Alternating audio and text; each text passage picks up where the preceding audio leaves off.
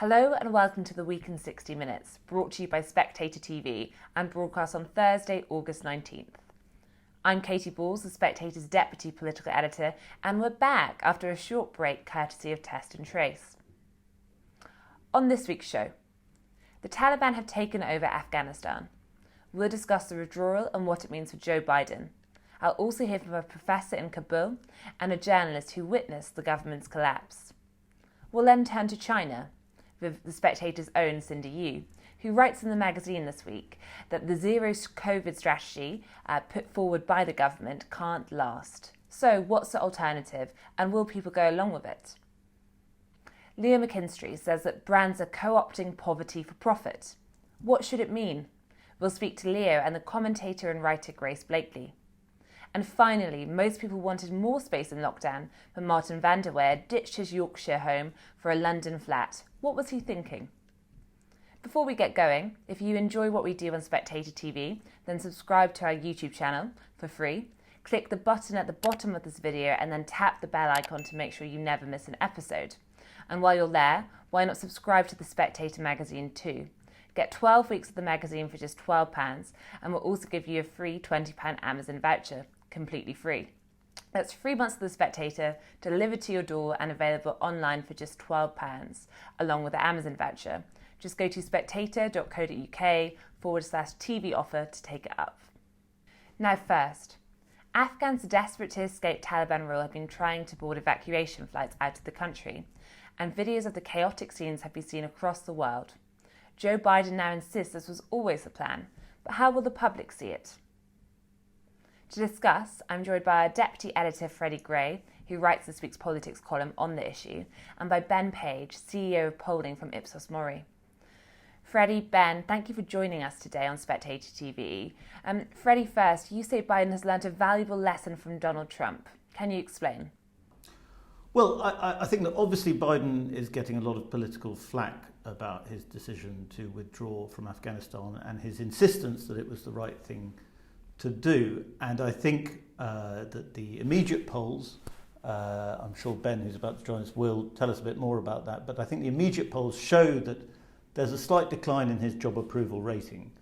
But I think what Biden has understood is that in triggering the sort of media apoplexy, the kind of global media anger that he has in the last few days, you can quite often win over a lot of voters.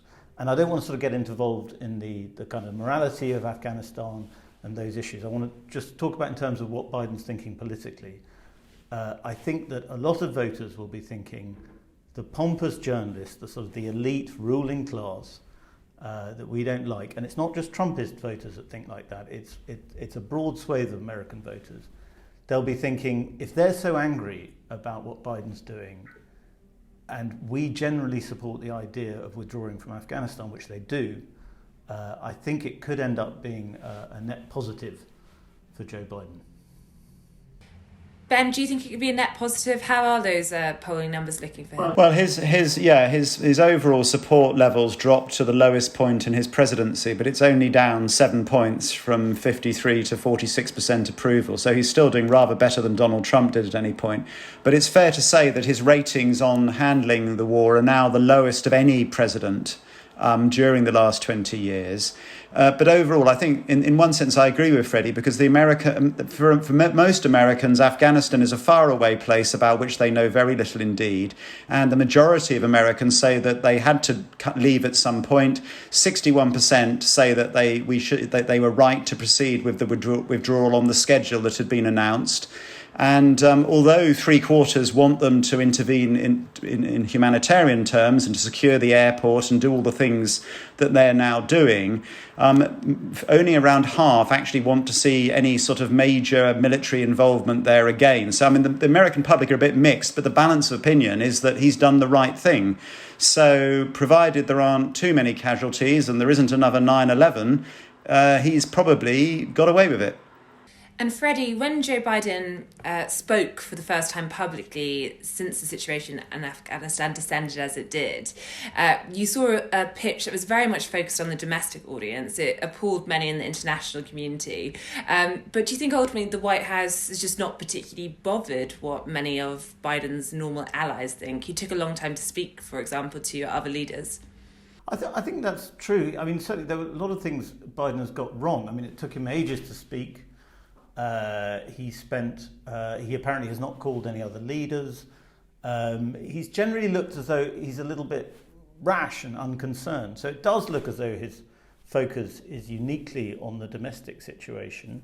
And again, I think Americans are it's difficult to try and explain the American psyche, because I think they kind of swing between, historically they swing between being far too eager to involve themselves in world affairs and too reluctant.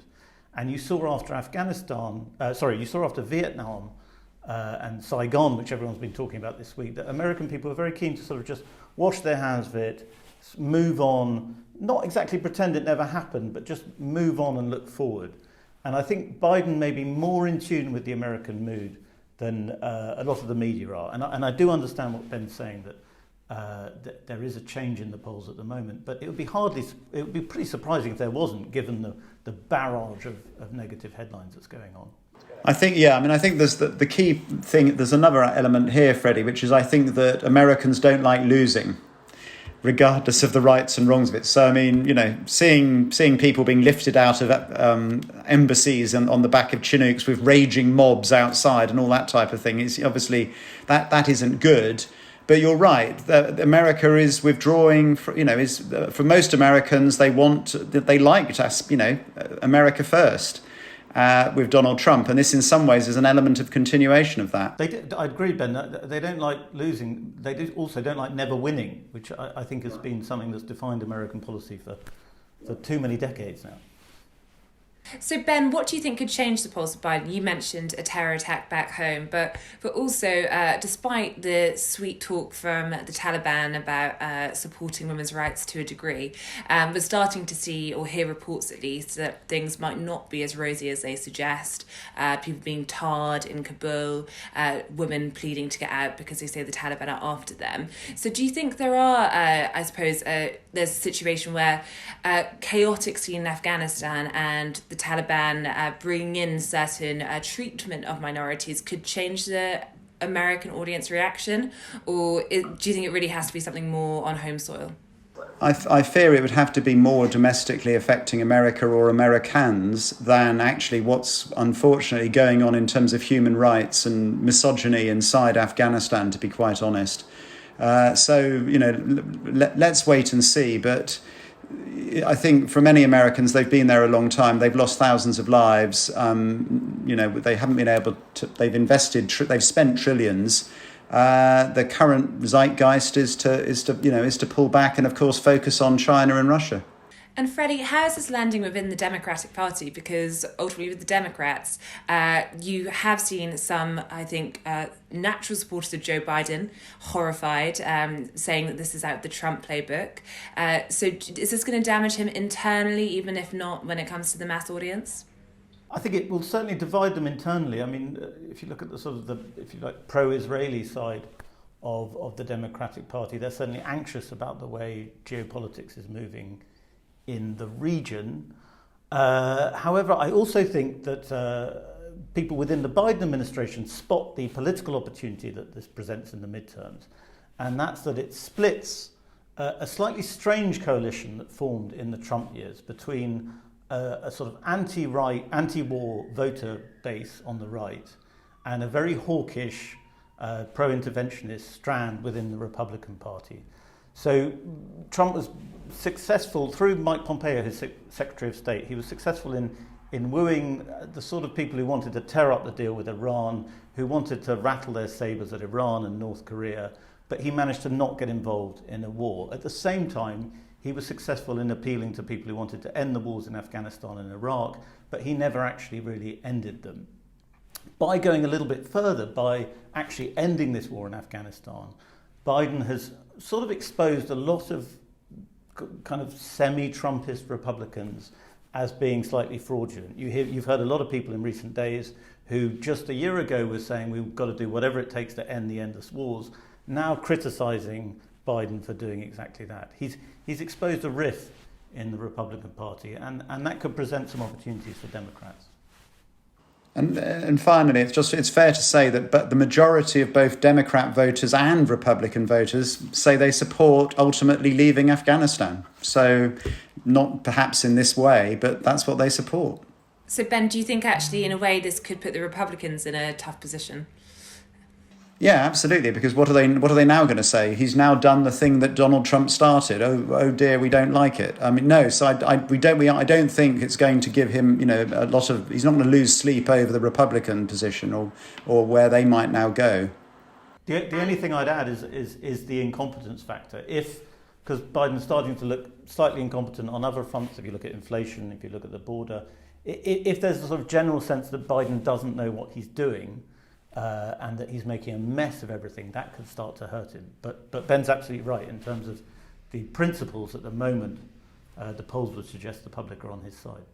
And it's very different than Carter in 79 or Iran or hostages or anything like that at the moment.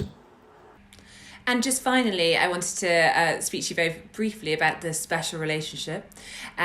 Freddy, we have a situation where today in the Commons chamber, you had Tory MPs questioning the UK's reliance on the US, criticising the fact that ultimately once the US makes a decision at the moment, the UK seems to have to fall into line even if they disagree. What do you think is happening with the relationship between Biden and Boris?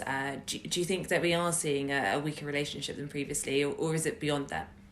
I don't think there's a lot of communication between the two administrations on key points. On what we've seen in Parliament today, I'd like to make a quite boringly cynical point that I just think cameras in Parliament are a bad idea, because we saw this with Hillary Benn and Syria, and the whole media framing of every parliamentary debate about foreign affairs becomes about sort of the one big speech where some politician gets a sort of wobbly lip, says something emotional, gets a bit passionate, maybe Churchillian, and everybody says, wasn't this this is what being a parliamentarian is all about. I don't think it is. I think being a parliamentarian is about trying to sort of decide what the British government should do, not performing for social media. Ben? Well, I mean, people, whatever they say, they like the performative stuff going on in Parliament, and it brings it to life. What we have seen is the British public are much more critical of America than clearly the American public, and in fact, by some margin, say that it was, we say it was wrong for the Americans to leave. And I guess and reflecting to a certain extent the way we feel beholden to them. But again, the British public still really value the special relationship and all of the heritage, history and things that it symbolises. So again, I don't think the price of fish hasn't really changed on that yet. It's just a statement of fact, really, what has happened. I've got to add, though, I think it is, I mean, I don't want to sound like a self-hating Brit, I'm not, but it's quite easy for us to talk about what America should do in Afghanistan. We haven't really done anything in Afghanistan for 10 years. It's not really our problem anymore. Would you not agree with that, Ben? I think yes, but we've lost over 450 lives in Afghanistan. We've had troops there, yes, not as many as America, etc. So I think again, and the British remain incredibly proud of our armed forces. You can see that people want the veterans to be treated fairly, and there is that same sort of general sense of what was it, why did we do that? What was it all for? So the British want to see us getting involved in humanitarian aid. Most people want to see us taking lots of refugees. Only 18% of people in Britain, despite often being anti-immigrant generally, only 18% say they don't want any Afghans coming here at all. And for everybody else, the majority say if they've worked with us, we need to look after them now and step in. We aren't particularly keen on more military action. It clearly hasn't worked very much, but we want Britain to be engaged, and that's the path the government will now have to tread, I guess. And and I think it's a really interesting challenge with America withdrawing. It's a big reminder to Europe with or without Britain, that it needs to step up to the plate on some of this stuff. We need a global policeman of some kind, potentially. And if America is not going to do as much of it, what is Europe going to do? And I think that's another thing that will be raised from all of this. Freddy, Ben, thank you for joining us. But how did it all go wrong in the first place? Why did the Afghan government fall so easily to the Taliban, surprising intelligence services across the world? I'm joined now by the freelance journalist Shelly Kittleson, who reported from Afghanistan for a month during the collapse. Shelly, as I've mentioned, you've been reporting from Afghanistan, so can you give us an idea of why, in your view, the Afghan forces collapsed so quickly? As far as what I saw, initially quite a few people were more confident at the beginning of the month that I spent there about potentially being able to hold off the Taliban, being able to keep at least the major cities, so forth and so on, as the troops pulled out and clearly air support was no longer available in most places. More people started to become a lot more afraid. When they took some of the border crossings, it became even worse, clearly. In early July, we saw, for example, the Islam Kala border crossing with Iran was taken by the Taliban, and it seemed as if the Iranians on the other side were actually quite happy about that, which was also a bit frightening for some of the people there. I obviously saw fighting. When I hear that the Afghan troops did not fight, that's not true. I saw a lot of the Afghan local police were quite active, and then actually behind them on some of the front lines, I saw the Afghan National Army. Some people there in Kandahar, which is the homeland of the Taliban. Clearly, that is where Mullah Omar is from. That's where they started it all in the early 1990s, and then in 1996 took control of the country. Clearly, they had control of most of Afghanistan until 2001, as most of your listeners will know. I spoke to quite a few people who actually said that they think that this Taliban will be worse. It will be better trained, better funded, better organized than before. And also they have a very sophisticated sort of media machine. It's interesting, Shelly, what you say about almost the PR machine, how this is a different Taliban, because I think one thing that's been really striking watching from the UK is the various press conferences, the use of social media. And as you say, this effort to almost say to the international stage, we're not what you think we are, we can work with you. But it seems from what you're saying, there's heavy scepticism on the ground that is really the case. In terms of, the media, I think that the Taliban have learned quite a lot from ISIS. I've worked quite extensively on ISIS in Iraq and Syria, and clearly they had a very well-oiled propaganda machine as well. The Doha talks were really useless, most people say. Most people on the ground said that. Two members of the peace negotiating team for Afghanistan, for the Afghan government that I spoke to, both said that it was absolutely useless, that the Taliban did not want peace. The US wanted an excuse to get out, and that was a way to get out while saying that we're actually engaged in talks. But it did not seem that they were at all interested. And we've seen that in the end, that's what happened. They pushed in militarily until people ended up just handing over cities to avoid mass destruction. So this isn't a negotiated, peaceful ending, really. I don't think that you can call it that. Thank you, Shelly. And what about Kabul today? The Taliban is known for its historically awful treatment of women and minorities. Will this change? There's certainly been a PR mission to suggest so. Professor Faiz Zaland from Kabul University is on the show now. He's in Kabul, where the internet isn't great, so he's called in to speak to us. Faiz, thanks for coming on the show. What's it like where you are now? Thank you so much for having me. Kabul seems different in many ways. Security-wise, it is much more better. Political-wise, it is a very different Kabul. Days ago or a week ago in Kabul, there was a Republican government, but now there is a return of Taliban. People perspective-wise, it's very different. Some people are happy because of the security, because of not having any more bombs, target killing, and this and that. But many others, they are frightened because they think that Taliban might go extreme against them. Taliban might return back to 1990s rule of law, and it will somehow contain the liberties of the people, especially the women group, youth, different sports, and many other things. But so far, people are getting acquainted with the situation. They are getting out of their houses.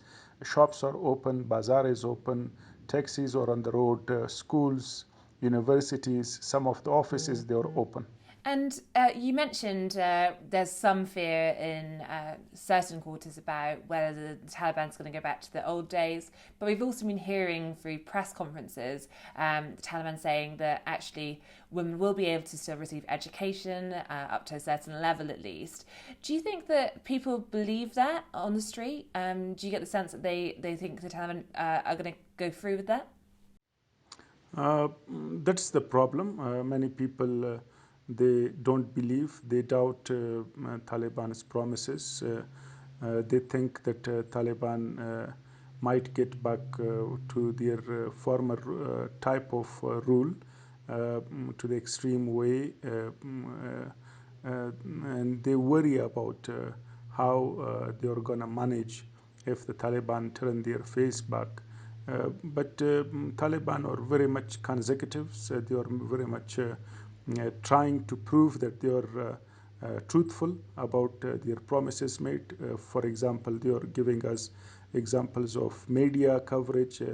The women anchors, they are all over different televisions. Tolo, Ariana, they are having those lady anchors.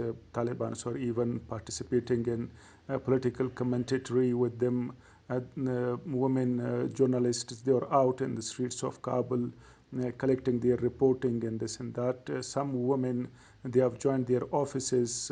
Today, we saw some of the pictures coming from high schools where women lecturers or teachers were there. They attended the schools. So Taliban are also having consecutive media coverages from their spokespersons convincing people that the business should be the usual, people should not frighten. They have also given an amnesty to the former warlords and people that they fought against.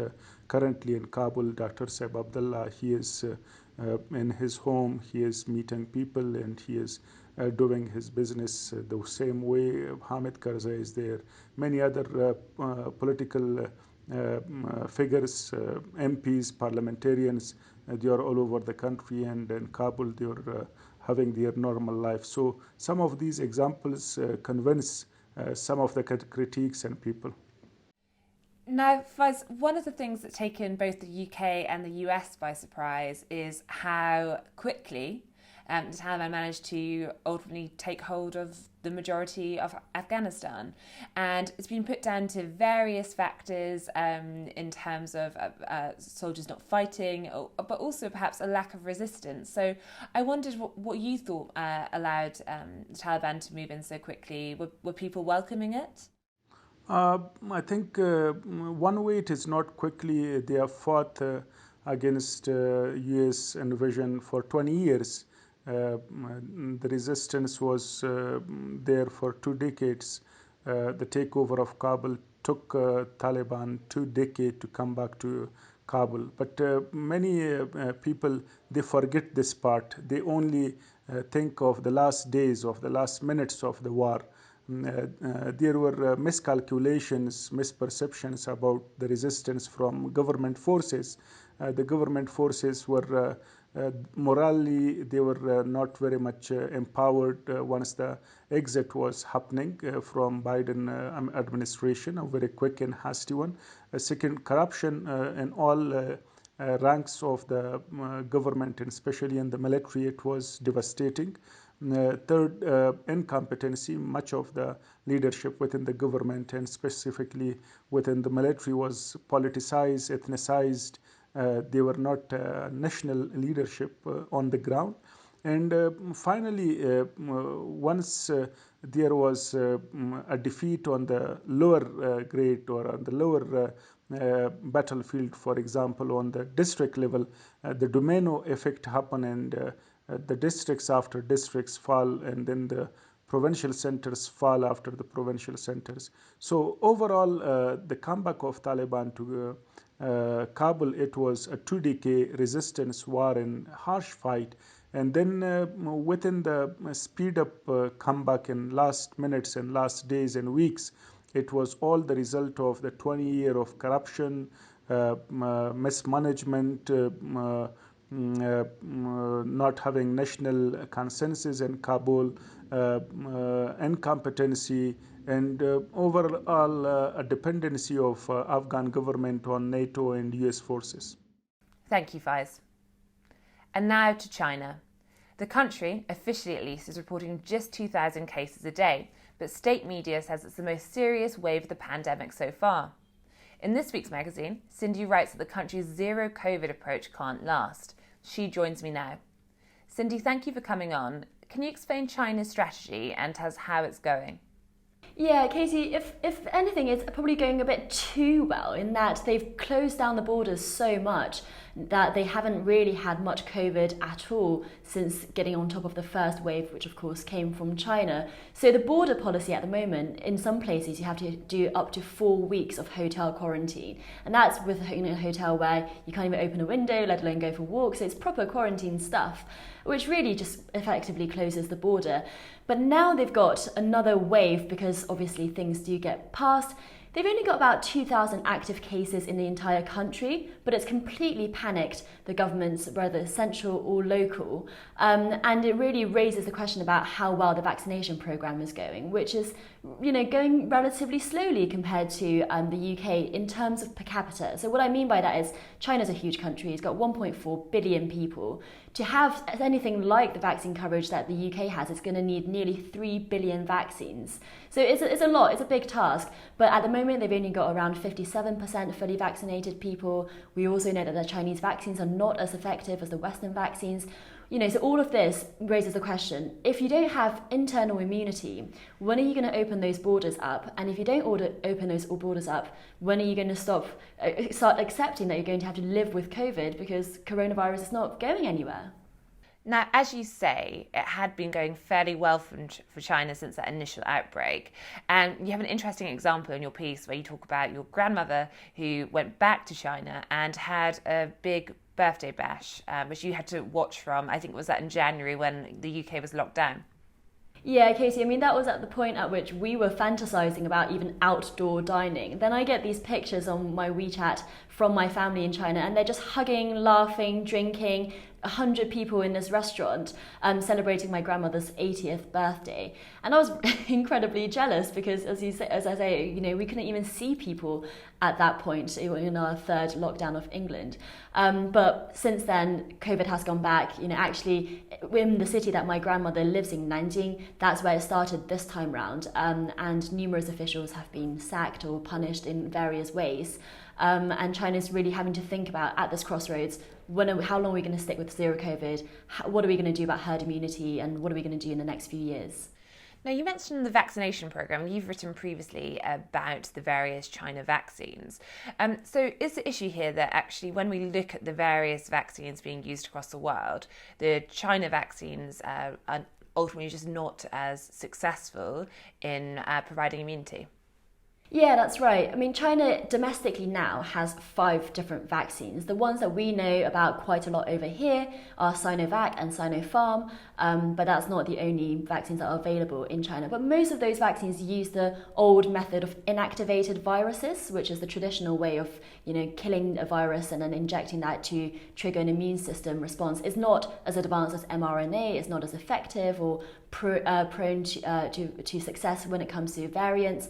And so, even with full vaccination, we're probably going to look at maybe 60%, 70% efficacy of protection, whereas with the Pfizer, you're getting over 90%. Obviously, AstraZeneca is somewhere in between that as well.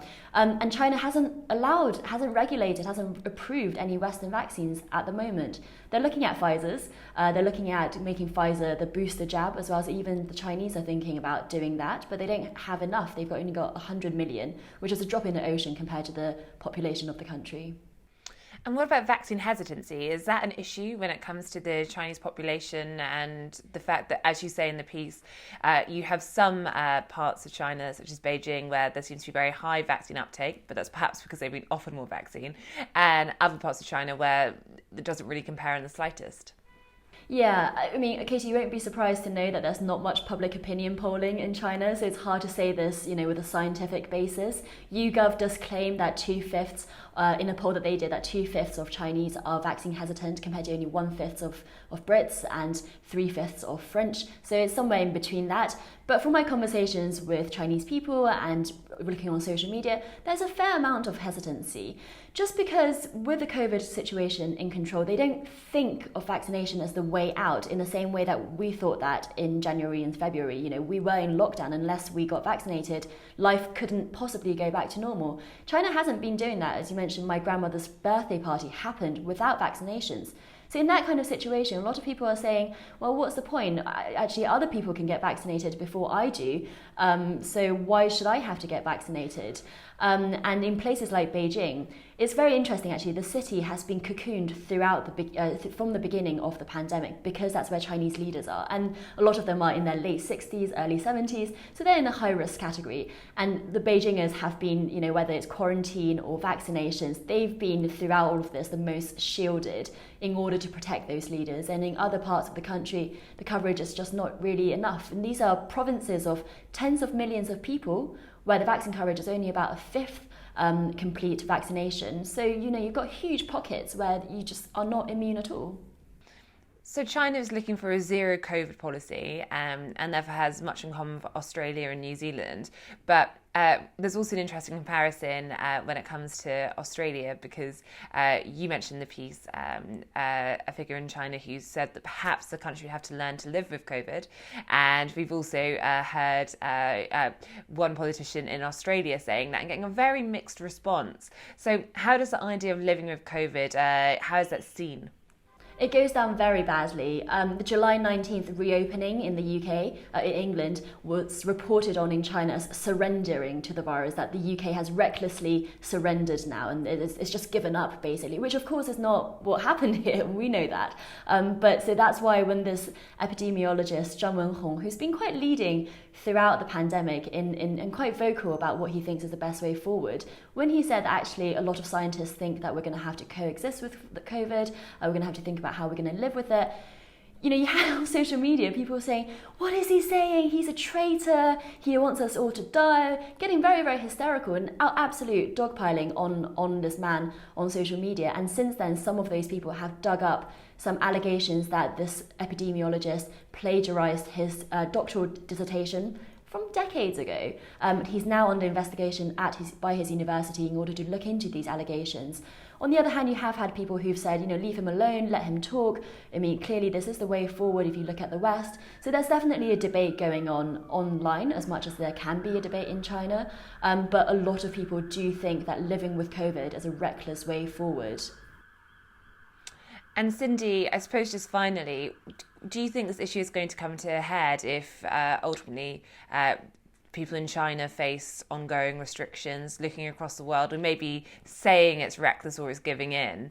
But just as we've seen in obviously countries like Australia, different, but I think growing where these countries had been being praised early on, it's almost like a turning of the tables. So what do you think are the crunch points coming up?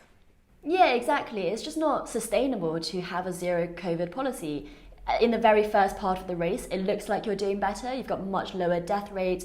You're able to open up a little bit faster because you've closed down the borders so absolutely, compared to the English approach, which has been, in, out, Groundhog Day when it comes to lockdowns and restrictions coming back and all this sort of stuff. It's quite mentally tiring. But now that we focus on vaccinations, scientists here don't think that we're going to have to lock down ever again. Whereas I'm not hearing from Australia, China or New Zealand when they're going to open their border.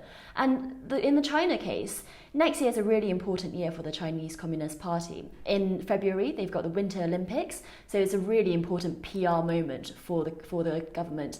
And then in October, President Xi celebrates his first 10 years in power. This was the year that he was meant to be stepping down, but of course he's abolished term limits, so this is his first decade, and that's an incredibly politically sensitive time. So I don't think China is going to open up its borders next year at all. So that's why I concluded my piece by saying I don't think I'm going to see my grandmother before her 82nd birthday at this rate. And talking to other people who work in the China field, they think similarly that no one's going to be able to get back into China without these ridiculous quarantines for the next few years. Thanks, Cindy. Now back home, what does poverty mean? In this week's magazine, Leo McKinstry writes that the term is overused and co-opted by corporate brands. Leo joins me now along with Grace Blakeley, the commentator. Leo, Grace, thank you for coming on today. Leo, you write in your piece how the term poverty has taken on a new meaning. Can you explain? Well, poverty is a genuine problem in Britain on a worrying scale, and it has been exacerbated by the pandemic.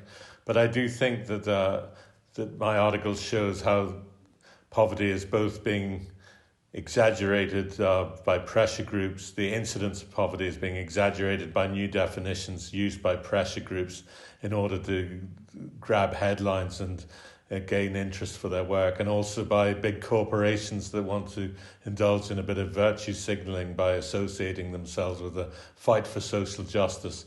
And in both cases, I don't feel that there's a genuine concern for addressing real poverty in Britain, which of course exists, as I say, on a worrying scale. I live down near Margate, and of course I see poverty all the time around me. But I think the incidence of poverty is being exaggerated for political ends and for corporate ends.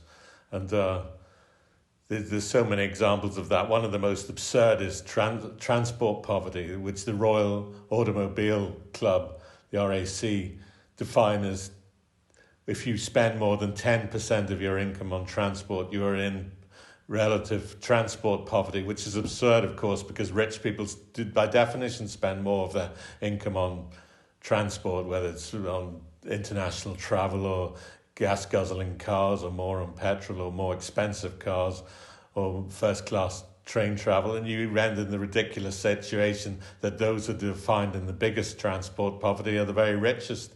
The people who own maybe Rolls-Royce and Bentleys, actually the Rolls-Royce in the driveway is a badge of poverty, which shows how distorted statistics can get when you go down this road. Grace, do you think the term poverty can be distorted when it's used by corporations? The example Leo just gave is one where it's not so much whether or not you can afford something compared to your direct earnings as the percentage of your earnings you're having to spend on it, which is a bit further away than what I think people would originally think. I mean, I have really, actually, interestingly enough, mixed feelings about this. And I think my feelings are really summed up by the cartoon that's used at the top of Leo's piece, which is on the one hand a kind of indictment of consumerism and the lengths to which brands will go to convince us that we simply must have things, often things that we don't need, in order to kind of be considered legitimate human beings or to feel good about ourselves. But is on the other hand a vilification of working class people who do need those things.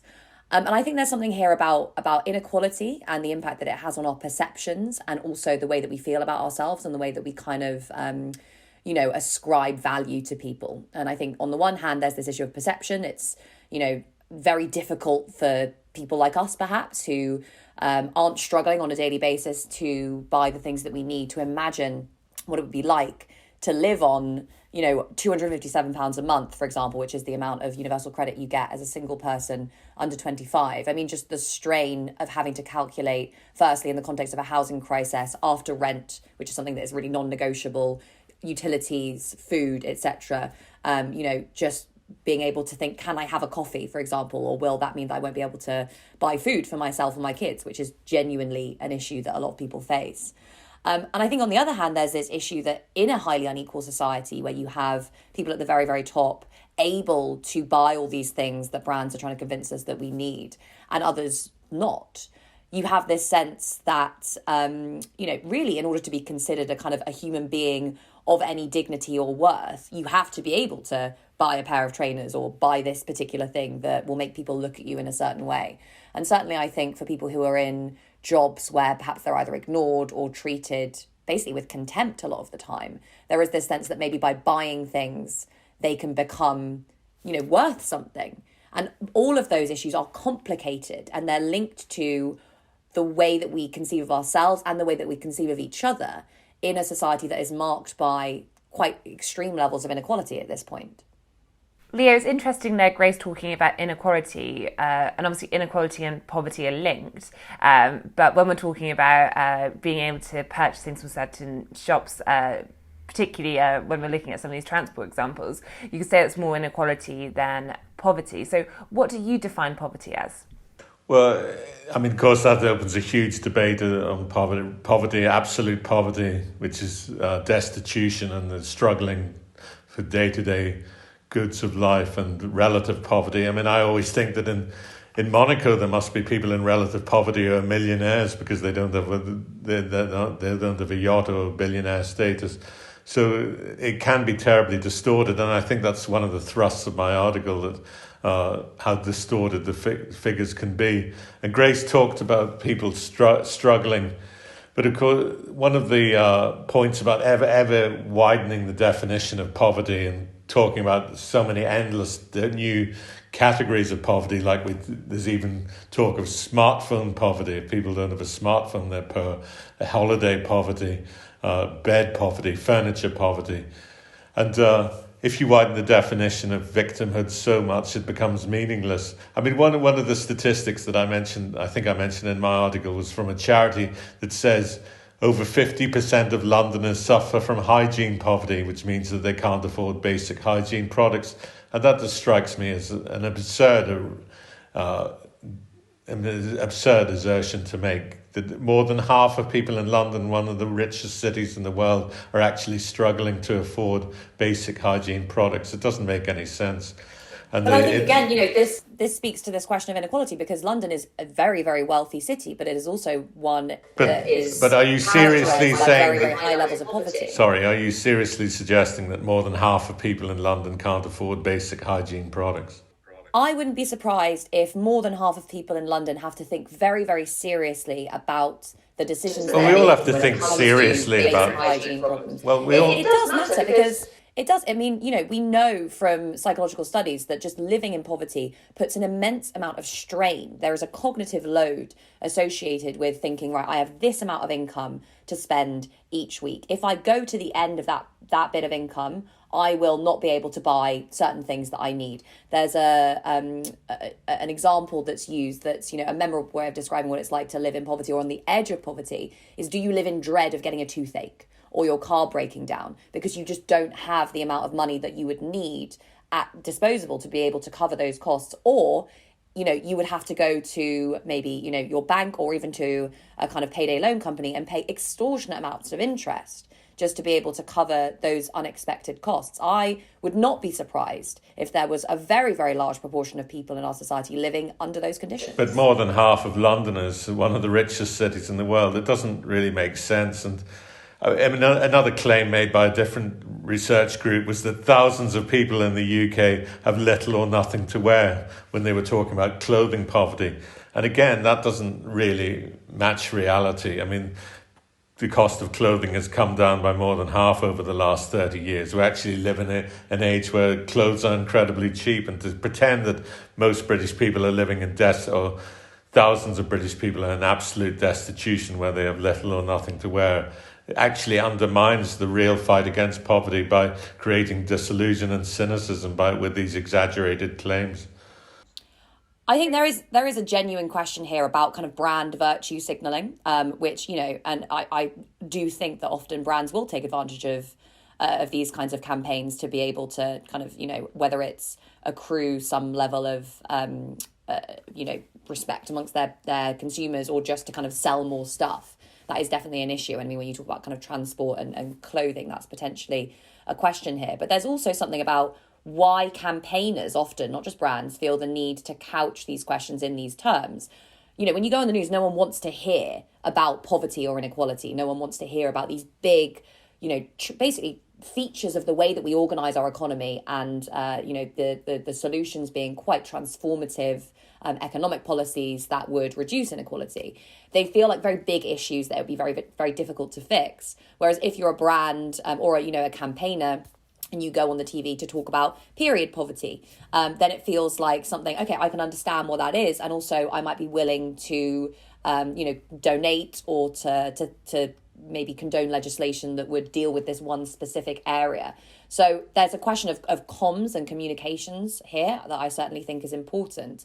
But it's also a question of, the challenges that we face in our society. As you mentioned, poverty is so high, feels so big that it's hard to get your head around it.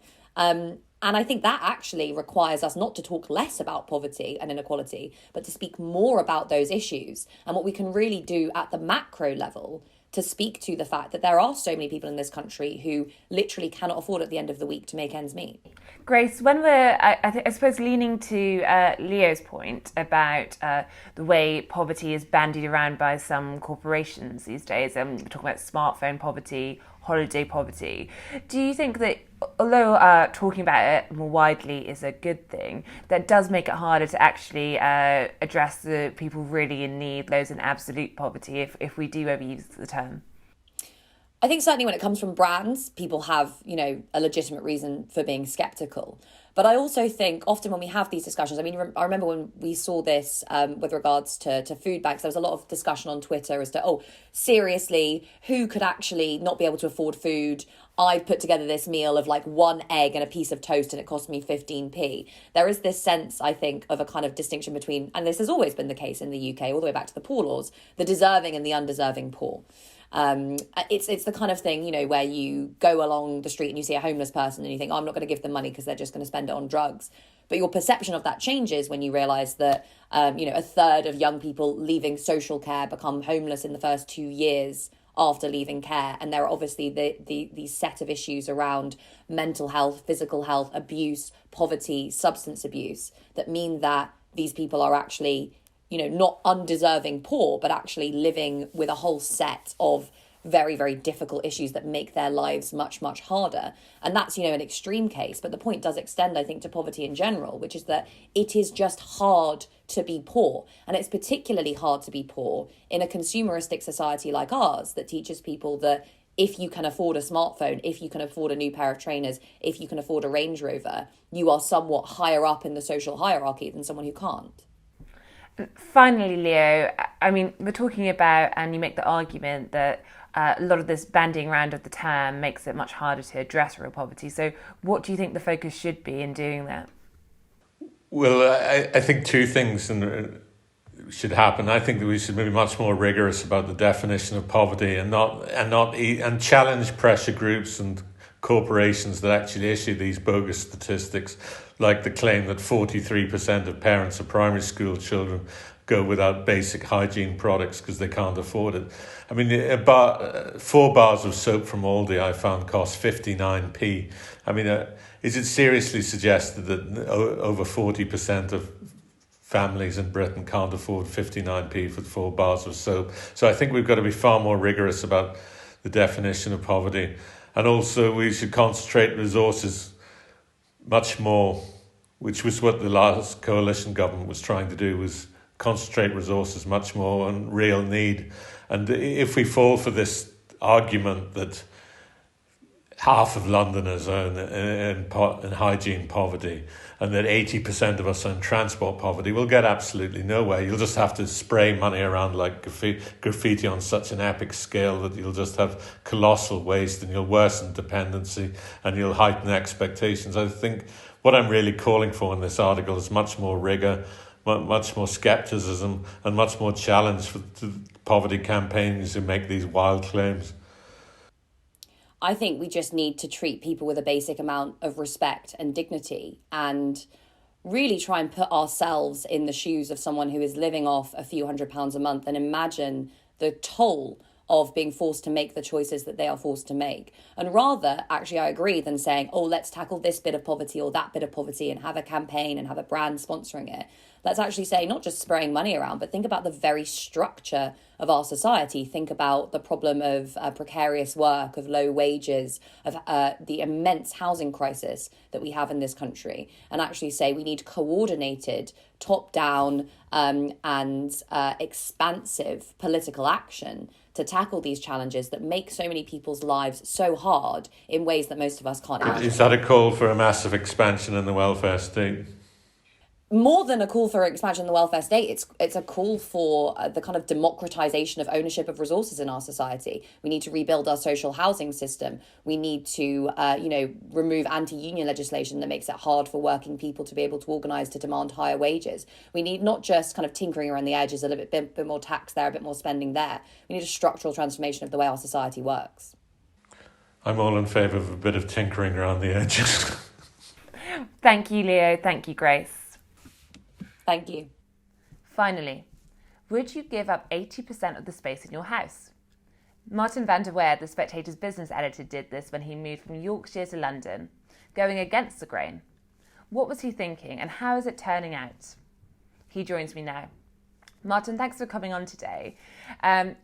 Ultimately, we've heard for a long time now how lots of people fed up of lockdown in cities have decided they want to move to the countryside to have more fresh air, take advantage of working from home. But you've done the opposite. Yes, with great pleasure. Thank you for inviting me.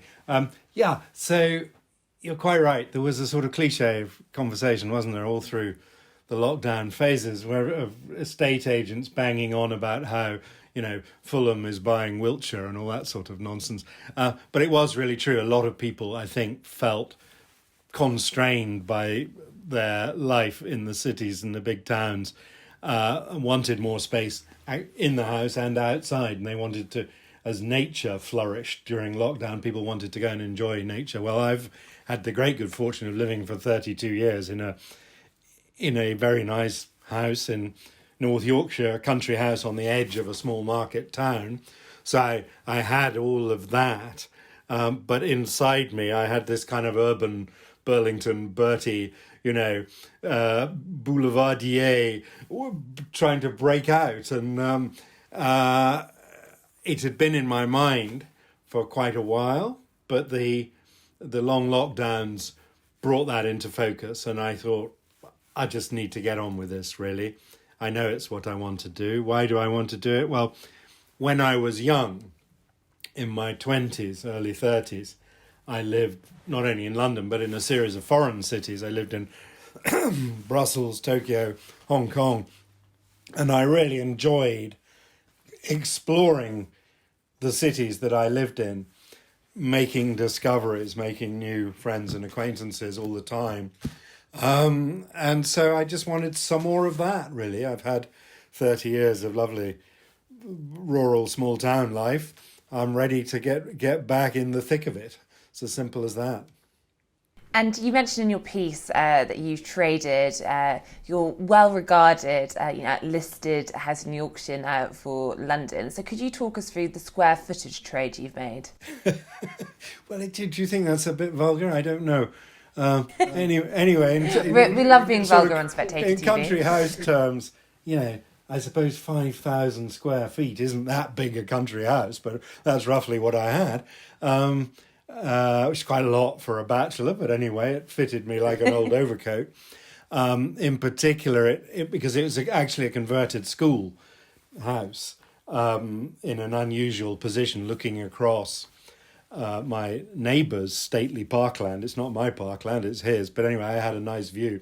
So my house, because it was a schoolhouse, it had a very large room that had been the schoolroom, which became the drawing room. So actually the flat I bought in London would fit into the one room of the old house, more or less. So that really is quite a startling manoeuvre. So I've downsized by roughly 4/5 from 5,000 square feet to 800 and and something.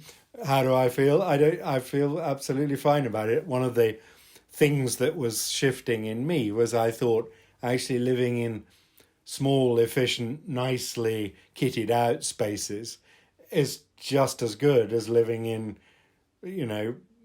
large, spacious accommodation. That's what I wanted to do in a previous phase. Now I find I'm very happy in a kind of efficient living pod, but in a very, very interesting district of London. Yeah, so you're in Seven Dials now. Can you? What are you enjoying most about your new London lifestyle? So Seven Dials is the enclave between Soho and the mainstream sort of piazza area of Covent Garden. It is a set of 7 mostly cobbled streets going off a circular, like a French place with a monument in the middle, the Dial Monument. And it has an ambience all of its own. It has very little vehicle traffic. At the moment, for this summer and probably for next summer too, I imagine, it's almost entirely turned over to street cafes, which was a bit controversial. As you know, some residents of central London are up in arms that their streets have been turned into cafes. It came as a slight surprise to me that that was happening, because the Camden Council sent us a message saying they were taking all the residents' parking spaces away to replace them with benches and tables, and anyone who already had a residence parking permit was enraged. But as it happened, I hadn't got around to applying for one, so I wasn't so bothered. And now it's happened, it's rather delightful. It's just a little hubbub of noise of people having a happy hour cocktail outside the window, and it's completely inoffensive and couldn't be nicer, really. It's theatre land. I'm next door to a theatre. I'm 3 doors down from another theatre, and the theatres are slowly opening up again. There are hundreds of interesting cafes and restaurants still to be discovered. So it's great, really, and I can walk to anywhere I'd like to be in central London. So it's a bold move. I mean, it really is central urban living compared to my life of the previous 30-something years, but so far so good. I'm so far very, very, very pleased with it. Yeah. Now, you're joining us from Yorkshire today, so you have gone back. What do your friends back there make of it? Are they slightly envious? Are they looking for weekend city breaks? Well, they all... I mean, the fact is I've kept a small flat here as well, and I have a whole set of obligations up here, so I have to be here some of the time, and I still very much enjoy being here, and it's refreshing to go to London and then to come back up here. But most of my town, I mean, it's a small town of 2,000 people. We all know each other quite well, and they all think I've left permanently. So if I, after this call, if I wander down to the shops about 200 yards away, I will bump into half a dozen neighbours who'll say, "Oh, just back for a short visit, are you, Martin?" And I have to say, no, I haven't left. Really, I'm doing both at once. I have to keep explaining that, but having both is nice. Yeah. And finally, for those watching this thinking, perhaps I've got it the wrong way around and maybe I should be heading from the countryside to the city, what's your advice to them about making the transition? Well, I think it's perfectly sensible if you're in your middle decades, and particularly if you've got family and children. I can see all the reasons why you certainly wouldn't want to live in complete sort of urban environment that I've chosen. But a bit later on in life, when you're free of, children being at home and you can make as many choices as you like, then there's just such a lot to do, culturally, socially, in the centre of a big city. And of course, there are green spaces. I mean, I only have to walk, 7-10 minutes. I'm in St James's Park on my way to the Spectator house and so on. It's not Manhattan, it's London. So I think as a choice for people who are in the later stage of life, I'm in my mid-60s, I think it's a terrific choice to make. If you're younger, you've got a different set of priorities. I can quite see that. And perhaps that's your position, Katy. I don't know where you live. But I'm clinging on to the city for now until the bills get too bad. But one thing I wouldn't want to do if I was in, full weekly working life, I'm very much in favour of people going back to the office. What I wouldn't recommend to people is to take on a longer commuter journey just to get out and get more fresh air where you live. Do you know what I mean? I mean, the idea of being able to walk to work or bicycle to work is a great thing in the modern age, and long, inefficient, tiresome, late commuter trains and so on are a pretty horrible prospect. So I would definitely avoid that. Martin, thank you for joining us. And that's it for this week. If you enjoyed this episode, don't forget to subscribe to the Spectator's YouTube channel so you never miss an episode. Just click the subscribe button at the bottom of this video and the bell icon to make sure you never miss one. Thanks for watching, and do join us again next week.